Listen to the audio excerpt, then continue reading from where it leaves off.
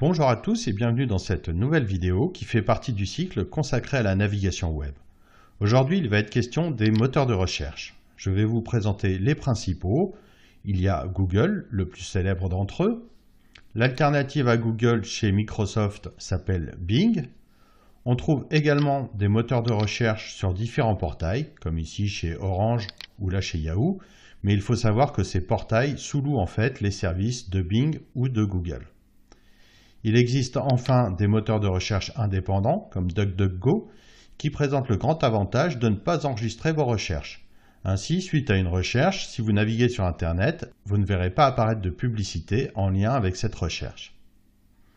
Voyons un petit peu en détail le fonctionnement de Google et comment s'organisent les pages de résultats. Je vais faire une recherche sur un terme relativement générique. Dans la page, je vais avoir les résultats à gauche et souvent quand je fais une recherche sur un terme générique, je vais avoir sa définition à droite, définition qui provient de l'encyclopédie en ligne Wikipédia.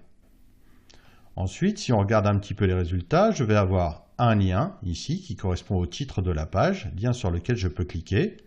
En dessous, je retrouve l'adresse du site ou son URL. Je ne peux pas cliquer dessus, elle est là juste à titre indicatif. Ensuite, une petite description du contenu de la page et éventuellement des liens à l'intérieur de la page ou vers d'autres pages du même site. L'organisation des résultats peut varier en fonction du type de recherche que je fais.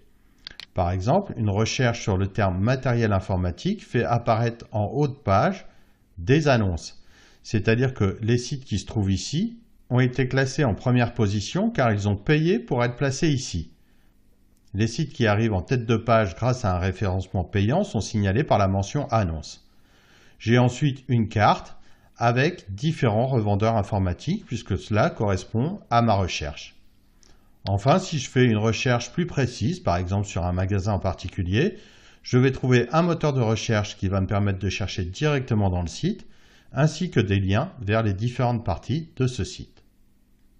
Voyons maintenant comment lancer une recherche. Eh bien, j'ai plusieurs possibilités. Soit je vais sur la page de démarrage de Google et je fais ma recherche, mais je peux aussi utiliser la barre d'adresse ici pour saisir les mots-clés de ma recherche.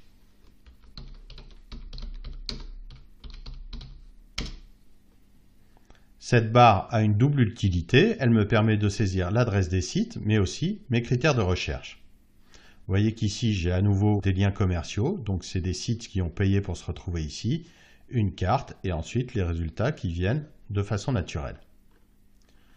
Alors lorsque j'effectue une recherche comme ça dans la barre d'adresse, le moteur de recherche employé dépend du navigateur. Lorsque j'utilise Firefox ou Chrome, la recherche se fait via Google.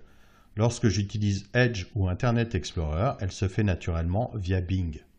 Toutefois, vous avez la possibilité dans les configurations de venir modifier le moteur de recherche par défaut.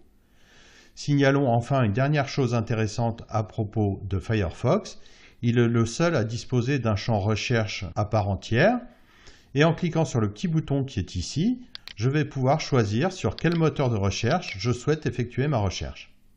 Par exemple, ici, j'ai la possibilité de chercher le mot constellation, soit sur Google par défaut, soit sur Yahoo, soit sur Bing, voire sur Amazon, ou encore sur Wikipédia. C'est assez pratique puisque je peux faire directement une recherche sur Wikipédia sans avoir à accéder d'abord à la page d'accueil du site. Voilà, vous savez désormais comment faire une recherche, soit en passant par la page d'accueil d'un moteur de recherche, comme ici chez Bing, ou alors ici chez Google. Vous savez que vous pouvez également faire votre recherche directement dans la barre d'adresse, ici, et que vous utiliserez tantôt Bing, tantôt Google selon le navigateur employé. Vous savez également qu'avec Firefox, vous disposez ici d'un champ qui va vous permettre de choisir le moteur que vous souhaitez utiliser. Dans la prochaine partie, nous allons voir comment mener des recherches avancées avec Google.